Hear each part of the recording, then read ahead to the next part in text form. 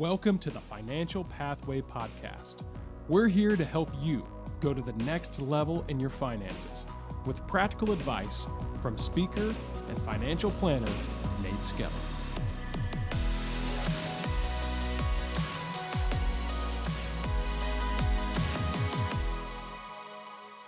If you are a licensed or ordained minister, you are a pastor, you're a clergy member, this might be the most helpful financial info that you've heard in a long, long time. And if you're not clergy, go ahead and send this to somebody that you know that is in a ministerial position, because this is something that I wish more people knew about. It is an immensely powerful and helpful financial strategy. And what I want to talk to you about for just a few minutes today is why 403Bs are the greatest retirement vehicle for clergy in America today. I actually did an episode on this a couple of years ago, but it's been a little while. And in that time, I've been helping dozens of pastors and churches to set up 403Bs for their ministry and helping them to understand the differences between other retirement plans and why this one is so special and unique.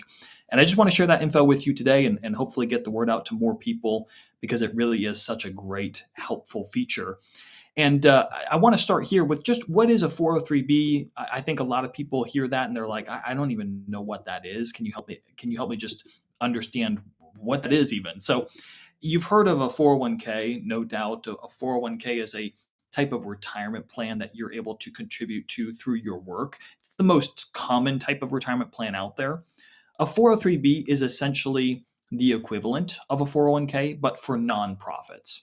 So any for-profit entity can start a 401k, but only nonprofits can open 403Bs. The contribution limits are the same, how much you can put into it as an employee or an employer.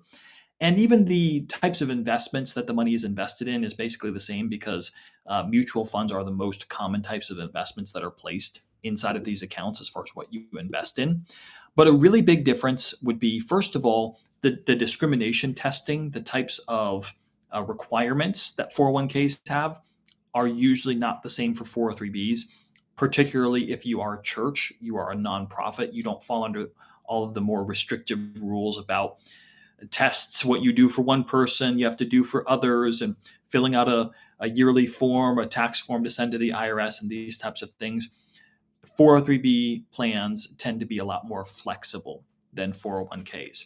So I just want to spend some time. We're not going to really delve into, here's all the different retirement plans that are out there and trying to give you a lay of the land in that regard, but more or less just to tell you, hey, here's what a 403B plan looks like for a church. Here are the benefits. And most importantly, why every pastor needs to take a very, very serious look at getting a 403B plan established for his ministry.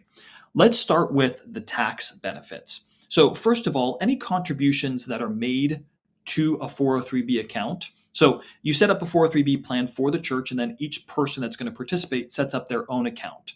And money is placed into that account either from the employee's paycheck, or the employer or the church may contribute as well into that account on behalf of the employee. But all of those contributions can be made pre-tax, meaning that amount does not count towards your income for this year. So when if your normal salary is $70,000 and you took $5,000 and put it into your 403B, you would be taxed on $65,000 of income instead of $70,000. Another really big benefit, though, for pastors is you do not have to pay Social Security or Medicare taxes on those contributions. Pastors are considered self-employed for the purpose of SECA, Social Security, and Medicare tax. And because they're considered self-employed, they have to pay both the employee and employer side of that tax. For most people, you pay 7.65, and then your employer also pays 7.65 on your behalf. Pastors are supposed to pay both sides of that, which means that adds up to 15.3% of their income for Social Security and Medicare tax. That can really add up. That can be a tremendous tax burden on pastors. Whatever is contributed into the 403B can be deducted. You don't have to pay SECA tax on that amount. Now, what happens is you take that money and you put it into the 403B and invest it. And while that money is inside the 403B, there are no taxes on the growth while it's remaining in the 403B account. So even if you made, $10,000 in gains in a particular year, as long as you didn't take that money out of the 403b, you don't pay taxes on it while it's inside that account. Now, normally the way this works is with a 401k, a 403b, an IRA, really all types of pre-tax retirement accounts. Sure, you put the money in, don't have to pay taxes on it now. It grows, tax deferred, you're not paying taxes while it's inside the account. But then when you take it out in retirement and withdraw, then you pay taxes on the amount that you've withdrawn at that time. However, for pastors, there's a very unique benefit that is extended to them from the IRS, and that is they are able to claim housing allowance on their withdrawals. And essentially, and if you're a pastor, I'm sure you're familiar with housing allowance. Years and years ago, the IRS determined that because ministers, because clergy are engaged in the public good, and their work is charitable in nature, right? They allowed them to deduct their housing expenses from their income. So let's take an example of a pastor whose salary is $60,000 a year, and their housing expenses add up to $20,000 a year. That pastor is able to claim that $20,000 as a housing allowance, and they do not have to pay federal income tax on that amount. They would pay federal income tax on the remaining amount, that $40,000. And that all makes sense while you're working and while you have your salary and while you're employed by the church. A lot of pastors don't realize, though, that even after they've retired and begin collecting, withdrawing money from their retirement savings inside of their church-sponsored 403b, they can even claim taxing or housing allowance tax-free on that amount. And the idea is this. Here's money that you set aside and didn't claim housing allowance on now. You set it aside for later, but it is part of your ministerial pay. So because you are deferring it till later, when you take it out later, you're still able to claim that housing allowance. So let's think about it this way. Let's take an example again of a pastor with a $20,000 a year housing allowance. He retires. He's no longer being paid by the church, but he has several $100,000 in his 403b account that he's been saving up over the past few decades. And now he begins withdrawing that money. He can take up to $20,000 of those withdrawals each year and claim them as housing allowance because he still has $20,000 of housing expenses each year. So the idea is this. Those contributions, while they were being made to the 403b, they were tax-free.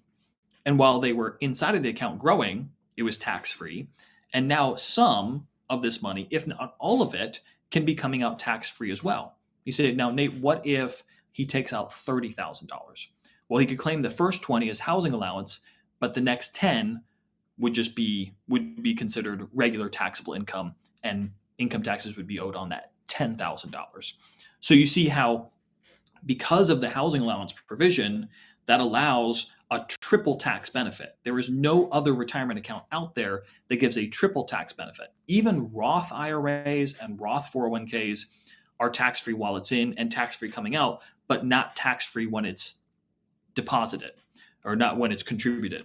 So with a 403b, it is a triple tax benefit, tax-free going in, tax-free while it's in, and tax-free on some, if not all, depending on how much you take out each year of those withdrawals. Now you may be thinking, okay, Nate, is this only for 403bs though? What about if I have a 401k or an IRA? The way the IRS language reads, it has to be from a church-sponsored plan. So let's say that you have your own personal IRA that you opened. That housing allowance provision does not extend to that IRA. So let's say when you first started working in ministry, there was no retirement plan available to you through your church. So you started an IRA and you started putting money into it. But then later on, the church did open a 403b and now allowed you to contribute to it. When you get to retirement, the money that's in your IRA, you're not allowed to claim housing allowance on. But the money that's in your 403b, because that's your church-sponsored plan, you can. But here's the really cool thing. If that IRA has been funded from ministry pay, you can actually roll that into your 403b and combine that money, and then you actually can claim housing allowance on those withdrawals. So even for a pastor that maybe is a little bit later on, pretty close to retirement, you say, well, if I start a 403b now, there's not much I can put into it. But if you've got an IRA with money that was contributed from ministerial work, you can go ahead and open the 403b, roll that IRA into it, and now it allows you to take those housing allowance withdrawals from it in retirement. Let me give you a quick example of how much tax savings we're talking about, just so we can understand how impactful this could be. Hypothetical example. Let's say a pastor is in the 22% tax bracket. Maybe say their total household income puts them in the 22% tax bracket, and the pastor is paying 15.3% Social Security and Medicare tax. That adds up to 37.3%. So a $5,000 contribution to that pastor's 403b means they're saving 37.3% of that in taxes. That's $1,865. $1,100 in income taxes, $765 in Social Security Medicare taxes. Think about that. Almost 40% in tax savings right there on that simple contribution. That's not to say anything about the benefit of being able to take that out later with housing allowance, tax-free potentially, and that would be another tax savings on top of it. So you can see how by utilizing this avenue, by utilizing this this retirement plan, not only can it save you significantly on taxes on the front end, but also on the back end as well. Now, how much can you put into a 403b? As of 2024, when we're recording this, you can do up to $23,000 a year as an employee. If you're 50 or older, you can do an additional $7,500. So your total employee contribution could be as high as $30,500. Most pastors, most people in ministerial positions do not do anywhere close to that. We understand that, but that is significantly higher than what you can do for an IRA or Roth IRA, which is $7,000 or $8,000 if you're 50 or older. So much higher contribution limits.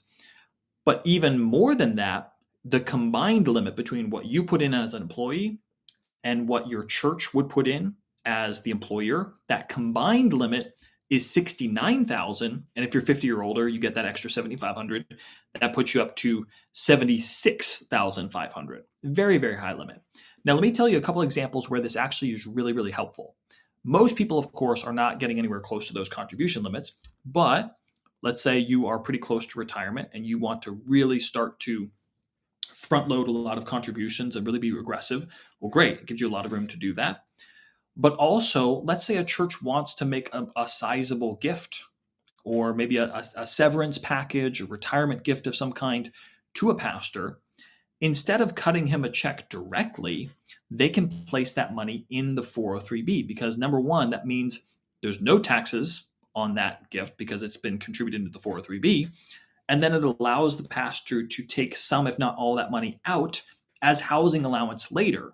So it allows so much more of that money to actually go to benefit the pastor as opposed to cutting them a check and then Uncle Sam takes a chunk of that money off the top at the beginning. So it gives a lot of flexibility for those types of things.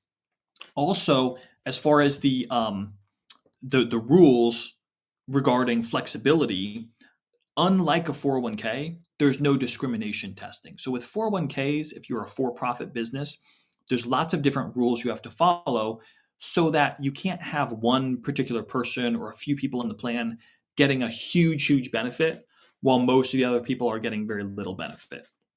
So for instance, with a 401k, you couldn't be like, okay, the CEO, we're going to put $50,000 a year into the CEO's 401k and we're going to do nothing for everybody else. That's not going to fly. Like there's different rules to make sure that it's more proportional to what people are getting from the plan so that it kind of evens out. Also, you have to send in an IRS form 5500 every year. There's also usually audits needed to make sure that record keeping is being done in the right way and just that the 401k rules are being followed. So it can be very cumbersome and it can get quite expensive and quite meticulous and a lot of man hours needed to run a 401k for the typical for-profit business. With a 403b, it's what we call a non-ERISA plan. So none of those things apply. No discrimination testing, no IRS form 5500, no audit requirements. So there's not all of the complexity and time and resources needed to keep the plan running and make sure that it's compliant. And it also gives churches much more flexibility on picking and choosing who's eligible to receive contributions from the church. So they can do a match, or they can do a flat dollar amount, or they can choose, we're going to do contributions for these employees but not for these, or we're going to set it at this time frame, you have to have worked for this many years. It gives you the maximum flexibility to pick and choose and create a contribution sequence or contribution plan that makes the most sense for your ministry. Now, as far as where to set up a 403b, this is the point where I say, okay, a little bit of bias here. As I mentioned at the beginning of the episode, I've been helping churches set up 403bs. Why have I been doing that when there's already 403b providers out there? Here's what I was running into a lot with a lot of churches a few years ago that were reaching out to me and saying, hey, we want to do something for our ministry. What would you recommend? And what I was telling them was set up a 403b, and I gave them a list of a few different providers that I knew of, but I always had to add caveats. Either number one, it can be a little bit cost prohibitive, especially for smaller churches. Some 403b plans, when you kind of add up all the costs associated with running the plan versus how much money is actually going to be contributed, it doesn't make a lot of sense. If you've got a ministry with a single pastor, or maybe just a handful, less than 5 people who are going to be contributing, but they're really not going to be putting all that much money into it.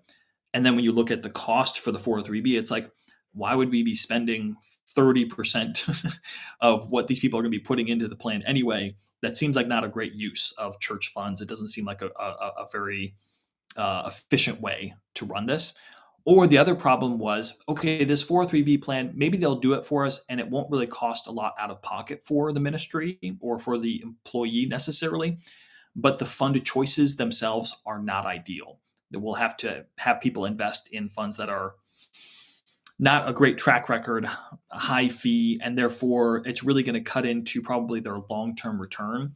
And the whole point of us doing something like this is so that people can grow their money wisely for the future. But if they don't have great investment options, that's really going to hurt them in the long term. So what I've done is put together a 403b offering for churches to try to eliminate those two challenges. Something that is very affordable and makes sense for the church, that's not going to be a massive out-of-pocket expense for them, but also something where there are excellent investment options so that people can make sure that their money is invested in some of the best funds out there and they get the best return possible as they save and try to be wise with their funds for the future. So if you've watched this episode, hopefully you've learned a couple things about 403bs. If you have more questions about the 403b process, whether that's me helping you out or just understanding the landscape of what 403b offerings are out there, I'd be happy to talk with you. Best thing to do is shoot me an email, info@nateskelly, or you can go to my website, nateskelly.com, and schedule a quick call with me there. I'll be more than happy to answer any questions that you have and hopefully point you in the right direction on getting a 403b set up for your ministry. As always, thank you for listening, and I will see you on the